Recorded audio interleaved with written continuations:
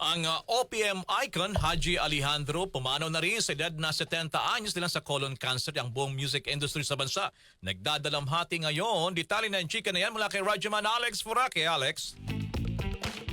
Tapos na halos magkasunurang pumanaw ang Philippine icons na sina Pilita Corrales at Nora Honor, nagluluksa din ngayon ng buong music industry sa pagpanaw ng OPM icon na si Haji Alejandro sa edad na 70-year-old. Sa Facebook page, ibinahagi ni Girlie Rodes, manager ng anak ni Haji na si Rachel Alejandro, ang statement mula sa Alejandro family kaugnay ng pagpanaw ng OPM legend. Nakasaad dito, "At this time, we kindly ask for privacy as our family grieves this tremendous loss." Samantala, sa Instagram, nag-alay naman ng awitin ang anak ni Haji na si Chef Barney Alejandro para sa kanyang ama na may titulong "Ang lahat ng ito'y para sa iyo." Caption niya, "I can't fathom my life without you. My heart is broken into a million pieces.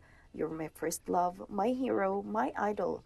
Forever your Yobs." Si Haji ay nakipaglaban sa stage 4 colon cancer nito lamang unang bahagi ng taon.